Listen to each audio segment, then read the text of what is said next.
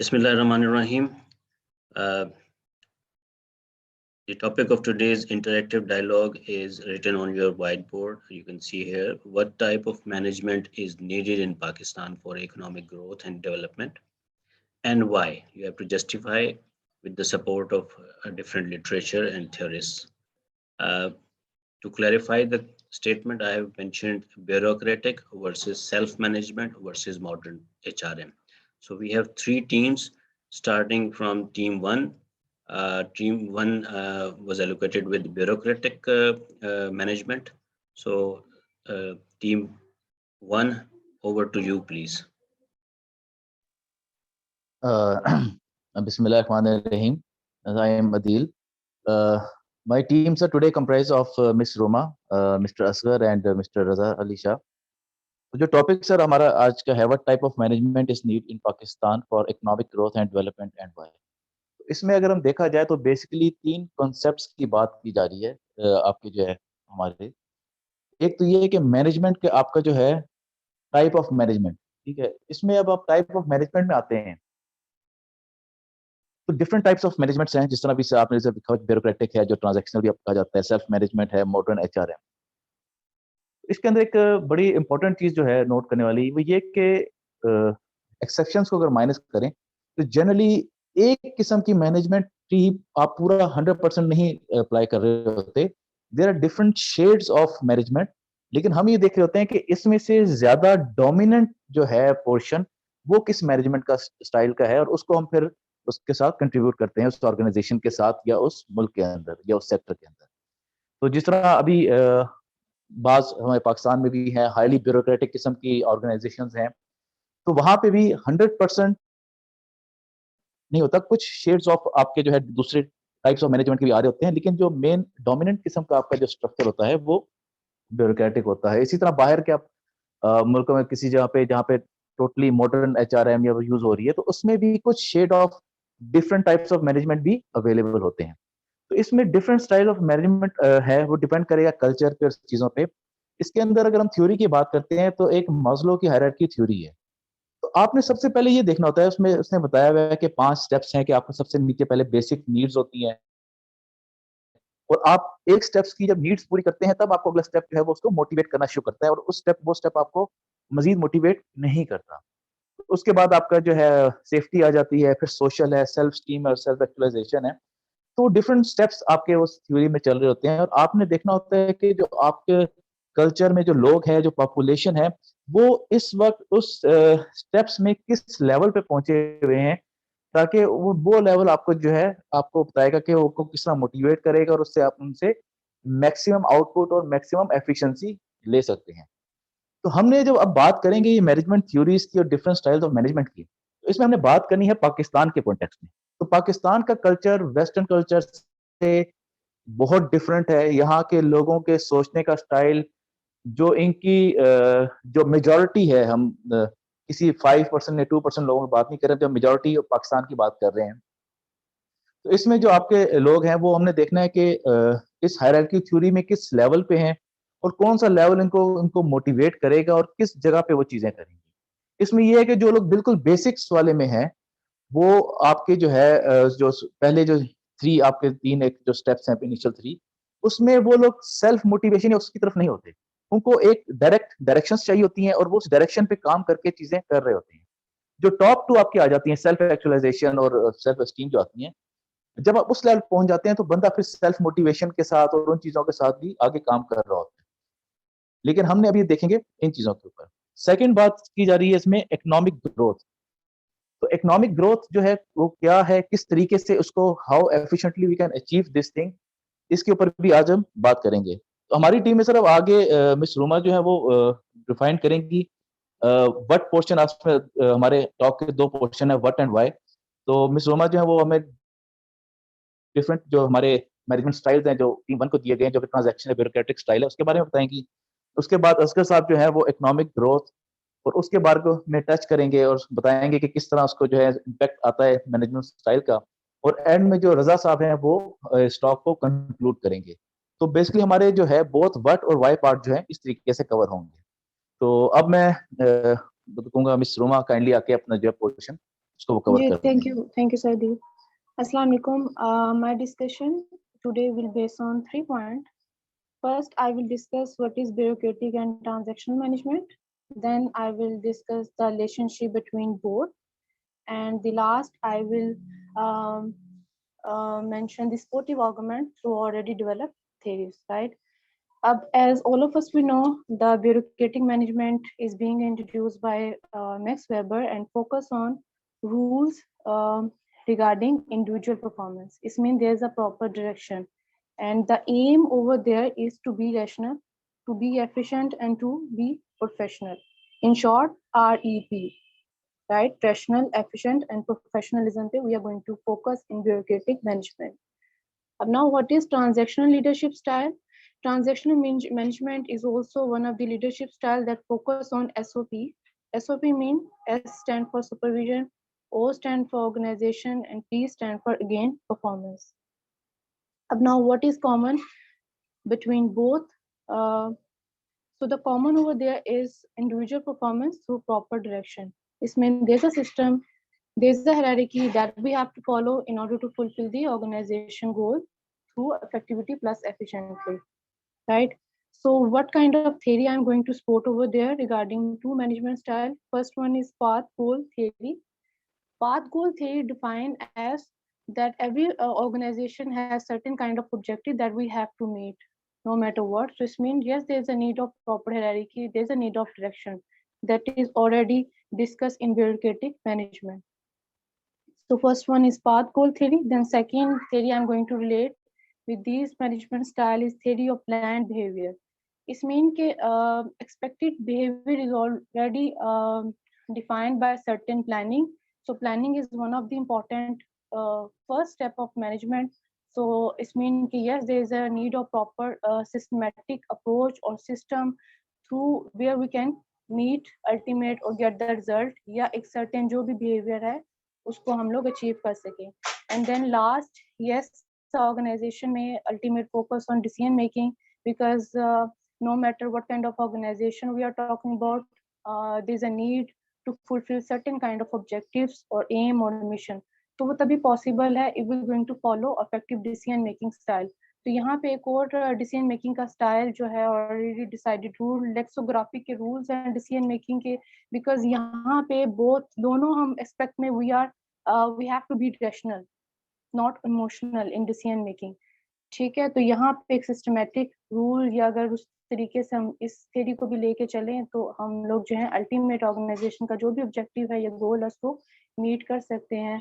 Yes, this is from my side that I have to support or use the theory to support the argument. Further, I will, I don't know who's next who's going to discuss next point. I guess Saraskar or Sarada. हाँ जी, अस्सलाम वालेकुम. जी मेरी आवाज आ रही है जी सबको? जी sir. Sir आ रही है. अच्छा, इसमें सर ये है कि as we have been given task to give argument कि what type of management is needed for Pakistan for economic growth and development and why. और हमारी टीम का ये ख्याल है कि जो मैक्स वेबर की थ्योरी थी ब्यूरोक्रेटिक अप्रोच की वो ज्यादा सूट करती है पाकिस्तान की इकोनॉमिक ग्रोथ और डेवलपमेंट को. तो इसमें मैडम रोमा ने थोड़ा सा बताया ब्यूरोक्रेटिक जो स्टाइल है मैनेजमेंट का उसके बारे में और जो उसके बारे में थ्योरीज हैं. मैं अब ये इससे पहले कि हम बात को आगे बढ़ाएं तो मैं ये थोड़ा सा डिस्कस करना चाहता हूँ कि इकोनॉमिक ग्रोथ और डेवलपमेंट है क्या मुख्तसरन, क्योंकि थोड़ा सा आइडिया तो हम सबको इसका है ही. इसमें यह है कि इकोनॉमिक डेवलपमेंट जो है ना ये एक कॉम्प्रिहेंसिव टर्म है, ये एक अम्ब्रेला है और ग्रोथ इसके नीचे है. इकोनॉमिक डेवलपमेंट के बारे में अगर हम इसकी डेफिनेशंस में जाते हैं ना तो इस पर जो सोचना शुरू किया ना राइटर्स में वो सेकेंड वर्ल्ड वॉर के बाद सोचना शुरू किया. और ये दोस्तों के इल्म में होगा कि जो international bank for reconstruction and development है जिसको वर्ल्ड बैंक कहते हैं और जो यूएनओ है और जो आईएमएफ है ये सारे सेकेंड वर्ल्ड वॉर के बाद ही बने थे कि जब तबाही दुनिया में हो चुकी थी और उसके बाद ये देखा गया कि भी सड़कें बनानी हैं, पुल बनाने हैं, डैम्स बनाने हैं, बिल्डिंग्स, अस्पताल, स्कूल. तो इसके लिए पैसा चाहिए। तो ये 60s तक जो है ना, यही डेवलपमेंट की डेफिनेशन थी कि जो फिजिकल इंफ्रास्ट्रक्चर है वो डेवलप होना चाहिए किसी कंट्री में। लेकिन उसके बाद क्या हुआ कि जो हमारे सोशियोलॉजिस्ट थे, जो सोशल इश्यूज के ऊपर बात करने वाले राइटर्स थे, उन्होंने ये कहना शुरू किया कि ये जो आप बिल्डिंग्स खड़ी कर रहे हैं, सड़कें बना रहे हैं, डैम्स बना रहे हैं, इसमें तरक्की तो नहीं है, इसमें तो मखसूस लोगों का फायदा है। तो उन्होंने ये कहना शुरू किया कि पॉवर्टी एलिविएशन जो है ना, ये असल में डेवलपमेंट है। फिर ये डेफिनेशन आ गई कि नेशनल इनकम को डिवाइड करें पॉपुलेशन के ऊपर, तो पर कैपिटा इनकम जो होगी ना, उससे देखा जाएगा कि डेवलपमेंट हो रही है कि नहीं। लेकिन अगले 10-20 साल में ये बात समझ में आई कि जो पर कैपिटा इनकम हम निकालते हैं और कहते हैं कोई मुल्क अमीर है या गरीब है, तो उसमें भी अमीर लोगों के पास थोड़े लोग होते हैं, ज्यादा एसेट्स हैं, और गरीब लोग जिनकी तादाद ज्यादा है उनके पास कम एसेट्स हैं, तो ये भी सही नहीं है। तो फिर इसके बजाय ना एक चीज आ गई जिसको कहते हैं ह्यूमन डेवलपमेंट इंडेक्स। यानी कि अब जो दुनिया में इकोनॉमिक डेवलपमेंट की डेफिनेशन को माना जा रहा है वो ये है कि ऑल एस्पेक्ट्स ऑफ लाइफ जो है, जिसमें क्वालिटेटिव भी हो क्वांटिटेटिव भी हो, कि क्या लोगों की वेल्थ बढ़ रही है, क्या उनकी हेल्थ बेहतर हो रही है, क्या उनको एजुकेशन मिल रही है, क्या उनके जो पास हाउसिंग है उसकी क्वालिटी है, जो उनकी बिलोंगिंग्स हैं वो ठीक है। अब ये डेवलपमेंट है कि हमारा ह्यूमन जो डेवलपमेंट इंडेक्स है वो कहाँ पे जा रहा है। और ग्रोथ जो इसका पार्ट है वो सिंपल है कि क्वांटिटेटिव चेंज क्या आ रही है इकोनॉमी में, यानी कि जो गुड्स एंड सर्विसेज प्रोड्यूस हो रही हैं किसी इकोनॉमी में, वो किस रफ्तार से बढ़ रही हैं। हम आम तौर पर ये टर्म सुनते हैं जी, फलां मुल्क का ग्रोथ रेट 8% है, 6% है, 5% है। तो इसका मतलब ये हुआ कि जो पिछले साल गुड्स और सर्विसेज प्रोड्यूस हुई थी उनमें जितना इजाफा हुआ है उसको ग्रोथ कहते हैं। अब हमें ये चीज समझ आ गई कि एक मुल्क में एक पीरियड में जितनी गुड्स एंड सर्विसेज प्रोड्यूस हुई थी उनको बढ़ना चाहिए, तो ये ग्रोथ है। और इस बढ़ोतरी का फायदा तमाम आबादी को होना चाहिए, ये डेवलपमेंट है, या आबादी के ज्यादा हिस्से को। अब हमारी टीम का आर्गुमेंट ये है कि जो मैक्स वेबर ने कहा था कि जनाब ब्यूरोक्रेटिक मैनेजमेंट होनी चाहिए, और उसने पहली बात कही थी कि आप अपने ऑर्गेनाइजेशन की एक हायरार्की बनाएं, स्ट्रक्चर बनाएं ऑर्गेनाइजेशन का, जिसमें सीईओ हो, वाइस प्रेसिडेंट हो, और हर लेवल जो है ना वो दूसरे को जवाबदेह हो, और इसमें डायरेक्शंस के ऊपर काम हो, रूल्स के ऊपर काम हो। और दूसरी साइड पर उसने कहा था कि आपने वो प्रिंसिपल्स डिफाइन कर लेने हैं, प्रोसीजर्स, पॉलिसीज। तो अगर हम इन दोनों चीजों को अब मैच करें, एक तरफ हम चाहते हैं कि पाकिस्तान में गुड्स और सर्विसेज की प्रोडक्शन बढ़े, और उसके बाद दूसरा हम चाहते हैं यानी जो डेवलपमेंट है कि लोगों का जो उनकी क्वालिटी ऑफ लाइफ है यानी ह्यूमन डेवलपमेंट इंडेक्स है वो भी इम्प्रूव हो। तो हमारा ये ख्याल है कि जो मैक्स वेबर की थ्योरी थी ब्यूरोक्रेटिक मैनेजमेंट की, जैसे कि अदील साहब ने बात के स्टार्ट में कहा कि हमें अपनी आबादी के ज्यादा हिस्से को देखना पड़ेगा कि वो कहाँ स्टैंड कर रहा है।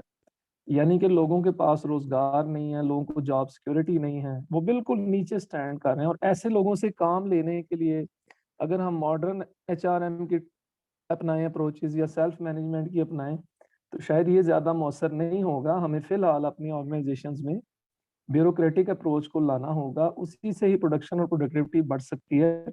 आज से कुछ अर्सा पहले, मैं अपनी बात को यहाँ पे खत्म करूंगा, फिर रजा शाह साहब के हवाले करूंगा। आज से कुछ अर्सा पहले मुझे सियालकोट पाक एक फैक्ट्री है हमारी यूनिवर्सिटी के पास ही है, जब हाजीपुरा से अंदर आए, उसके जो ओनर थे, सीईओ से उनके पास बैठने का मौका मिला। तो वो बात कर रहे थे, तो उन्होंने ये दिलचस्प बात की कि जी हम लेदर जैकेट्स बनाते हैं, सेम मशीनरी है और सेम मटेरियल है, लेकिन जो हमारा कारीगर है ना वो एक दिन में 5 जैकेटें बना रहा है। लेकिन जो साउथ कोरियन कारीगर है वो उसी मटेरियल उसी मशीनरी के साथ 10 जैकेटें बना रहा है, और जो जापानीज है वो 12 जैकेट्स बना रहा है। तो ये अब आप देखें कि हम उनको जितना मर्जी ये जो लिखा हुआ है सेल्फ मैनेजमेंट और एचआरएम और जो मर्जी कर ले, सेम मशीनरी सेम मेथोडोलॉजी के साथ हमारी प्रोडक्शन नहीं बढ़ रही है। तो इसका मतलब ये हुआ कि हम अपना जो स्टाइल ऑफ मैनेजमेंट है ना वो ब्यूरोक्रेटिक लाना पड़ेगा, रूल्स फ्रेम करना पड़ेगा। हम जब उस वर्कर को टारगेट दे देंगे कि भाई तूने शाम तक 10 जैकेट जरूर बनानी, तो फिर शायद वो काम करने पर रजामंद हो जाए। अदरवाइज जो हमारे वर्कर्स का नॉर्मल बिहेवियर है, हम सब लोग उसका तजुर्बा करते रहते हैं कि उनको जितना मर्जी मोटिवेट कर लें, चाहे घरों में काम करने वाले लोग हैं, चाहे इंडस्ट्रीज में काम करने वाले लोग हैं, अगर उनकी रोटी चल रही है, मोबाइल का लोड चल रहा है, मोटरसाइकिल में पेट्रोल है, तो उसके आगे उनको कुछ नहीं चाहिए। उनको कोई इंटरेस्ट नहीं है कि प्रोडक्शन मुल्क की बढ़ रही है नहीं बढ़ रही है, ग्रोथ कहाँ है, डेवलपमेंट कहाँ है, वगैरह वगैरह। तो अब मैं सर रजा शाह साहब से गुजारिश करता हूँ कि सर इसको वाइंड अप कर दें। सर असगर अगर आप इसको थोड़ा रिलेट कर दें हॉफस्टाडर की थ्योरी के साथ भी कि ये शाह कल्चरल साहब की ठीक है, ओके जी, thank you very much for providing me the opportunity to conclude this discussion. Actually sir अभी जैसे स्टार्ट में बात की है दिल साहब ने मैस्लो की थ्योरी और बड़ी पॉपुलर और वेल नोन थ्योरी है, तो उसमें भी उसने ये बेसिक चीज बताई है कि अगर आपने मोटिवेट करना है किसी को तो कोई ना कोई आप नीड आइडेंटिफाई करें। तो ये जो ब्यूरोक्रेटिक स्टाइल है ये भी इस चीज को फोकस करता है कि आप लोगों से अगर आपने काम लेना है तो कुछ उन्हें इंसेंटिव दें और उसका जो टोटल काम है उसको टोटलिटी से हट के आप जो है ना उसको पीसेस में डिवाइड कर दें। तो अगर हम पाकिस्तान की बात करें तो यहाँ पर ज़ाहिर है वो एजुकेशन लेवल नहीं है, वो लेवल ऑफ अंडरस्टैंडिंग नहीं है लोगों का, वो लेवल ऑफ कमिटमेंट जो है वो कलेक्टिव चीज़ों की तरफ उस तरह से नहीं है। तो उसमें जो है वो फिर ब्यूरोक्रेटिक स्टाइल को लेकर हमें चलना है जिसमें हर एक चीज़ जो है वो प्रॉपरली डिफाइंड हो और हर एक बंदे को पता होगा जी कि मेरा रोल ये है। तो उसमें जो सबसे अहम चीज़ है अगर आप देखें तो ये इंटरनेशनल स्टैंडर्ड्स हैं जो इस चीज़ के ऊपर फोकस करते हैं कि आप हर एक चीज़ का एक एसओपी बना रहे हैं जिसमें आपने डिफाइन किया कि व्हाट व्हेन हु वेयर जो है वो डिफाइन हो, ना कि हर एक बंदा अपनी मर्जी से काम करे। तो ये इस पे अगर हम सर्वे करें या देखें तो सबसे ज्यादा जो पॉपुलैरिटी मिली है वो इन इंटरनेशनल स्टैंडर्ड्स को, खासतौर पर जो क्वालिटी मैनेजमेंट सिस्टम है ISO 9000 उसको या एनवायरनमेंट के ऊपर, उसमें हर एक पर्सन का जो है वो रोल रिस्पॉन्सिबिलिटी डिफाइन है और उसके एसओपीज बना दिए गए हैं कि आप इन एसओपीज को फॉलो करें तो ये आप जो है गोल अचीव कर सकते हैं। उसमें ये नहीं है कि हर एक बंदा अपनी अपनी मर्जी से अपने अपने तरीके से काम करे। तो ये एक जो है वो बड़ा अच्छा सोल्यूशन है कि और उसमें लोगों को बेनिफिट भी होता है और ये वर्ल्ड वाइड भी बड़ा नोन एक मैकेनिज्म है कि लोग एसओपीज पे काम करें। और अगर आप आर्मी में जाएं या किसी और बड़े इदारे में जाएं तो आप ये देख सकते हैं कि उनके एसओपीज बड़े वेल डिफाइंड है। तो और रोल एंड रिस्पॉन्सिबिलिटीज बड़े अच्छी तरह से डिफाइन है। तो अगर इसी तरह से जैसे रोल एंड रिस्पॉन्सिबिलिटीज की बात है कि अगर हम कोई काम कहते हैं किसी को कि जी के 10 लोगों को जी ये आपने काम करना है, तो अगले दिन हम चेक करेंगे तो मे बी वो काम किसी ने ना किया हो और मे बी वही काम दो डुप्लीकेट हुआ हो। लेकिन जब हम फिक्स कर देंगे जी कि ये आपकी असाइनमेंट है, ये आपकी असाइनमेंट है, तो वो अपना अपना रोल प्ले करके एक कलेक्टिव जो है वो हमारा जो गोल है वो अचीव हो जाएगा। तो ये ब्यूरोक्रेटिक स्टाइल बेसिकली पाकिस्तान के लिए चूंकि अभी हम लोग इंडस्ट्रियलाइजेशन की एडवांस स्टेज पर नहीं है तो वो बड़ा सूटेबल है। लेकिन डेफिनेटली जब हम एक स्टाइल को एडवोकेट कर रहे हैं तो हम इस चीज से नेगेट नहीं कर रहे कि जो दूसरे स्टाइल्स हैं उनकी कंट्रीब्यूशन नहीं है। तो जो दूसरे स्टाइल्स हैं उनको भी देखना जरूरी है, लेकिन जो है वो ब्यूरोक्रेटिक स्टाइल में वो चीजें हम कंसिडर करके एडअप करके तो उसको ज्यादा सुटेबली डेवलप करके रोल एंड रिस्पॉन्सिबिलिटी या एसओपीज की हम बात करते हैं तो इतने हमने स्ट्रेंथन किस्म के एसओपीज डेवलप किए हों या रोल एंड रिस्पॉन्सिबिलिटीज जो है वो डिफाइन की हों कि उसमें जो है वो हर एक चीज को हम जो है वो देख रहे हो, तो तब जो है वो चीजें ज्यादा बेहतर। और डेफिनेटली जो है वो ये जो स्टाइल है वो इस चीज के ऊपर जो है वो फोकस कर रहा है कि जी कि आप शॉर्ट टर्म गोल जो है वो डिफाइन करें और लोगों को रिवार्ड करें, क्योंकि यहाँ पर हमारे यहाँ जो है वो बहुत ज्यादा जो है वो चीज़ों की जो है अवेलेबिलिटी नहीं है, जो है पॉवर्टी बहुत ज्यादा है। तो लोगों को जो है ना वो ये भी पता चलना चाहिए कि हम जो काम कर रहे हैं उसका हमें रिवार्ड क्या मिल रहा है। तो जैसे मेरी टीम ने कहा कि जी के ये स्टाइल जो है वो पाकिस्तान के लिए बेस्ट है, तो इस एनालिसिस में हम लोग ये कंक्लूड कर सकते हैं कि ये जो स्टाइल है for the time being Pakistan के लिए बेस्ट जो है वो स्टाइल है। Thank you very much.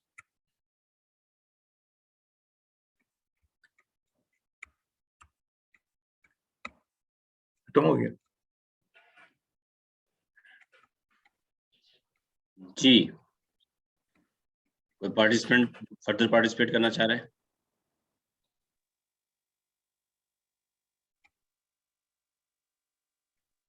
Sir ये बस हमारी तरफ से टीम 1 की तरफ से कंक्लूजन हो गई है सर। नेक्स्ट टीम जो है वो अपना पॉइंट ले सकती ओके सर, नेक्स्ट टीम 2 में से मैं प्रेजेंट करूंगी। सेल्फ मोटिवेशन हमारा टॉपिक है। जी कंटिन्यू करें। सबसे पहले व्हाट इज सेल्फ मोटिवेशन?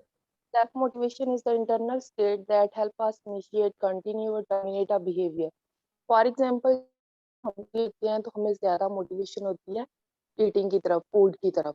इसी तरह से we might be motivated to keep working a job so that we can pay our bill. कि अगर कहीं पे हम जॉब कर रहे हैं तो जैसे हमें पता है कि हमें सैलरी मिलेगी, इस वजह से हम अपने काफी एक्सपेंसेस जो है वो कवर कर सकते हैं। जैसे कि पहले अदील साहब ने बताया मैस्लो फरारी की थी, तो वो भी मोटिवेशन लेवल के अबाउट ही है। तो 5 नीड्स हैं। First of all basic needs हैं, रोटी कपड़ा मकान, जिसमें मोटिवेशन लेवल नहीं होता। लोगों को बस ये होता है कि हमने खाना है, हमारे पास पैरों पहनने के लिए कपड़े होने चाहिए, इनमें मोटिवेशन लेवल नहीं होता। जो एंड वाली दो है नीड्स, सेल्फ एस्टीम और सेल्फ, उसमें मोटिवेशन लेवल इंक्रीज होता है। इसी तरह से what is meaning of self motivation? Given there are many theories of motivation like that Maslow, Hierarchy and self determination theory, ये suggest करती हैं motivation को। एग्जाम्पल इसकी आ जाती हैं at work, starting task properly and getting them done on time. कि आप properly timely काम परफॉर्म करते हैं, जो भी टास्क आपको दिया जा रहा है आप उसको टाइमली परफॉर्म करते हैं। किसी भी ऑर्गेनाइजेशन में जब आप काम कर रहे हैं, लाइक दैट हम एक यूनिवर्सिटी में काम करते हैं, तो वहाँ पे हमारे बॉस, एचओडी या डीन की तरफ से हमें कोई टास्क दिया जाता है, उसको हम प्रॉपरली टाइमली परफॉर्म करें। ये एक सेल्फ मोटिवेशन का लेवल है कि अगर हम मोटिवेट नहीं होंगे तो हम वो काम टाइमली नहीं कर सकेंगे, हम उसमें डिले करेंगे। हमें पता है कि जो टाइमली अगर हम ये काम करेंगे तो इससे हमारा मोटिवेशन लेवल इंक्रीज होगा। कुछ लोग ऐसे होते हैं वो अपने जॉब से सेटिस्फाइड नहीं होते, वो कहते हैं कि काम हमें दिया जा रहा है, हम करें या ना करें ये हम करती है। तो initiating new projects that can benefit the business, आप क्या करते हैं कि अपने बिजनेस के अंदर कोई नई चीज लेके आते हैं ताकि को आपको बेनिफिट ज्यादा। फोकस, आप अपने काम पे फोकस करते हैं विदाउट एनी डिस्टॉर्शन। आप क्या करते हैं कि आपको पता है कि हम मोटिवेट हैं, अगर मोटिवेशन लेवल इंक्रीज होगा तो आप अपने काम को टाइम देंगे, उस पर फोकस करेंगे एज कम्पेयर टू कि आप उस काम को छोड़ के रनिंग अवे हो जाए या वर्कआउट कर जाए। मोटिवेशन एट होम, इसकी घर में भी आप एग्जाम्पल देख सकते हैं। लाइक दैट हम अपने घर में क्या करते हैं, लंच सर्व करते हैं या फिर डिनर सर्व करते हैं अपने घर वालों को, फैमिली मेंबर को। तो वहां पे क्या होता है कि हमारा काम होता है कि जब खाना खत्म हो गया तो हम वहां से डिशेस वगैरह उठा के किचन में लेके जाते हैं, प्रॉपरली मोटिवेट होते हैं कि हमारा घर नीट एंड क्लीन हो, यहाँ पे किसी तरह का कोई फैलावा ना हो। इसके बाद आ जाता है doing the dishes right after eating meal, keeping the grass cut.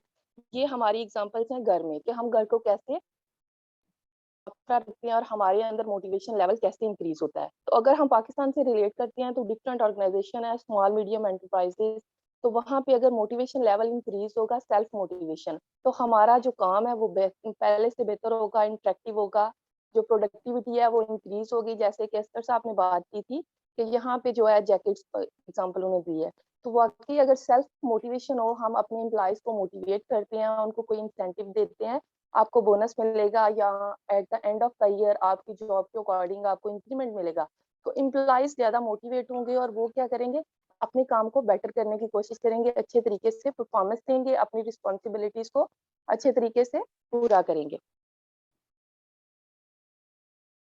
फिर इसके बाद आ जाता है सेल्फ मोटिवेशन स्किल्स, कि जो सेल्फ मोटिवेशन स्किल्स हैं वो डिफरेंट हैं। इसमें इनिशिएटिव हो सकता है, the tendency to act, the take charge, या move forward before others do, कि आप क्या करती हैं, आप एक्ट परफॉर्म करती हैं एज कम्पेयर टू कि आप किसी दूसरे को वो चार्ज दे दें। समटाइम ऐसे होता है कि हमें कोई ऑर्डर मिलता है तो वो पर्सन क्या करता है जो टॉप पे है, उसने मिडल मैन को कहना है कि आप ये काम करें, मिडल मैन ने वो काम करने की बजाय अपने जो सबॉर्डिनेट है उनसे वो काम करवाना है। हमें इस तरह से नहीं करना चाहिए। सेल्फ मोटिवेशन लेवल तभी इंक्रीज होता है जब हम काम, जो हमें काम दिया गया उसको हम खुद परफॉर्म करें एज कम्पेयर टू के हम दूसरों पे उसको डालें। ड्राइव टू अचीव के हमें अपने गोल सेट करने चाहिए फर्स्ट ऑफ ऑल, कि हम जहाँ पे जिस ऑर्गेनाइजेशन के अंदर काम कर रहे हैं, सेल्फ मोटिवेशन के लिए हमें कुछ गोल सेट करने चाहिए, उनको अचीव करने के लिए फिर हमें हार्ड वर्क करनी पड़े तो हमें करनी चाहिए। कमिटमेंट टू गोल्स, कि अपने गोल्स के साथ हमें कमिटमेंट रखनी चाहिए। प्रयास कैसे करेंगे फिर? Thank you.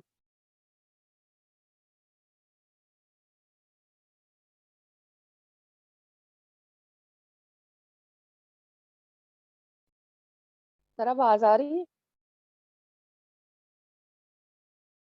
जी आवाज आ जी आ रही है। रही है। अयाज साहब शायद है नहीं। क्लास में?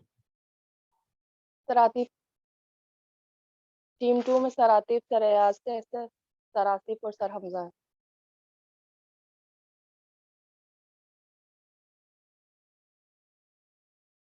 सर आतिफ, अयाज कैसे जो है शायद कनेक्ट कर रहे हैं, वो कनेक्ट नहीं हुए और आतिफ साहब हैं नहीं क्लास में, आसिफ साहब भी नहीं हैं। और सर हमजा भी नहीं है। फिर टीम 2 से जस्ट मैं ही हूँ, इसके अलावा कोई भी मेंबर नहीं है। अच्छा, अगर आपने मजीद कंटेंट तैयार किया हुआ तो आप एक्सप्रेस कीजिए। जी सर। अस्सलाम वालेकुम। वालेकुम सलाम जी, अयाज साहब इट्स योर टर्न। जी सर, असल में इंटरनेट का इशू है, बिल्कुल सिग्नल नहीं आ रहा। अब हम सर बाहर आए हैं तो सिग्नल आए हैं।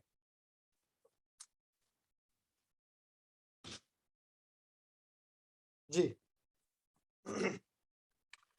तो सर हमारा टॉपिक है सेल्फ मैनेजमेंट और सेल्फ मोटिवेशन के रिलेटेड। अभी हमें सदफ ने एक्सप्लेन किया है। मेरा पॉइंट ये है कि जब हम कोई भी मैनेजमेंट का जो सिस्टम है वो डिपेंड करता है कि ऑर्गेनाइजेशन का स्ट्रक्चर कैसा है। सो जो भी ऑर्गेनाइजेशन स्ट्रक्चर्स हैं, फॉर एग्जांपल हम लोग फंक्शन ऑर्गेनाइजेशन स्ट्रक्चर लेते हैं, मैट्रिक्स लेते हैं, स्ट्रॉन्ग मैट्रिक्स है, वीक मैट्रिक्स है, बैलेंस मैट्रिक्स है, या प्रोजेक्टाइज ऑर्गेनाइजेशन है।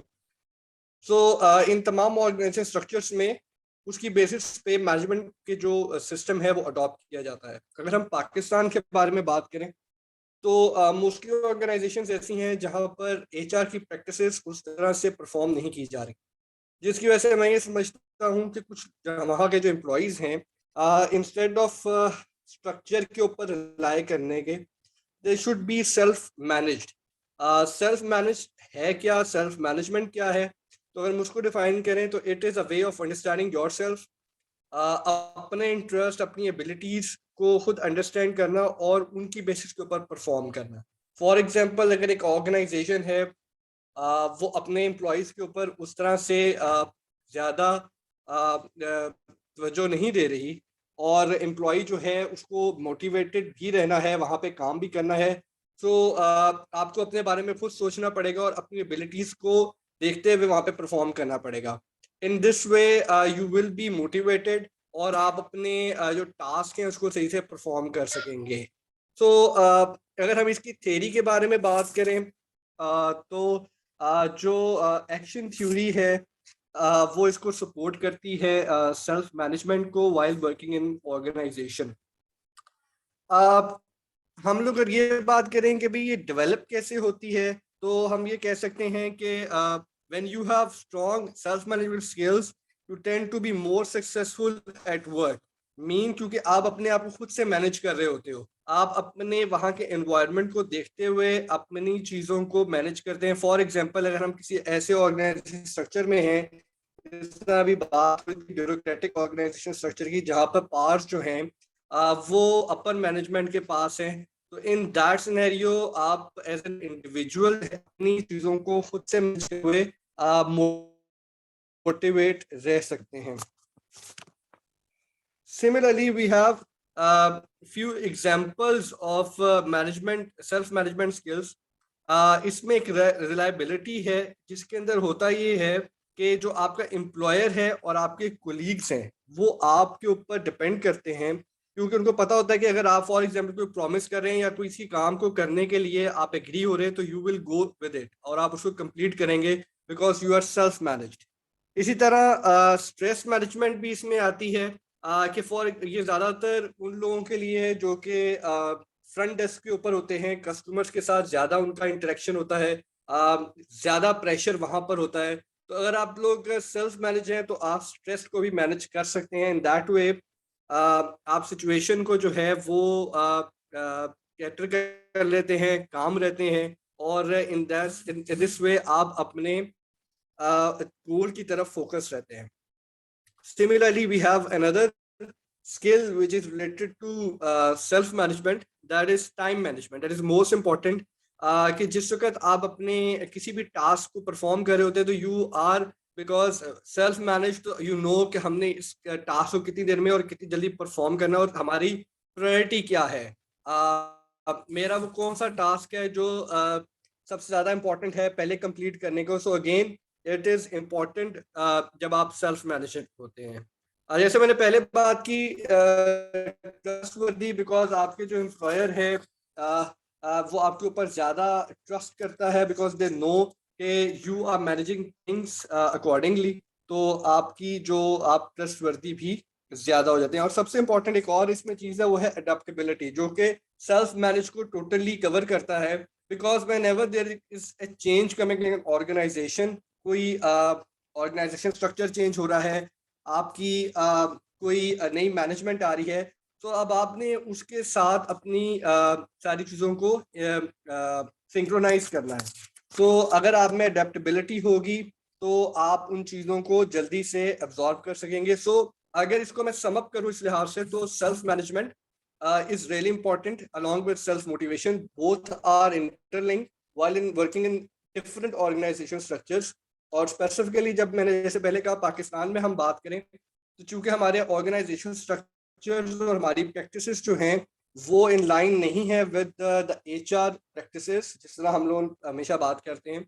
So the employee should be self manage and self motivated.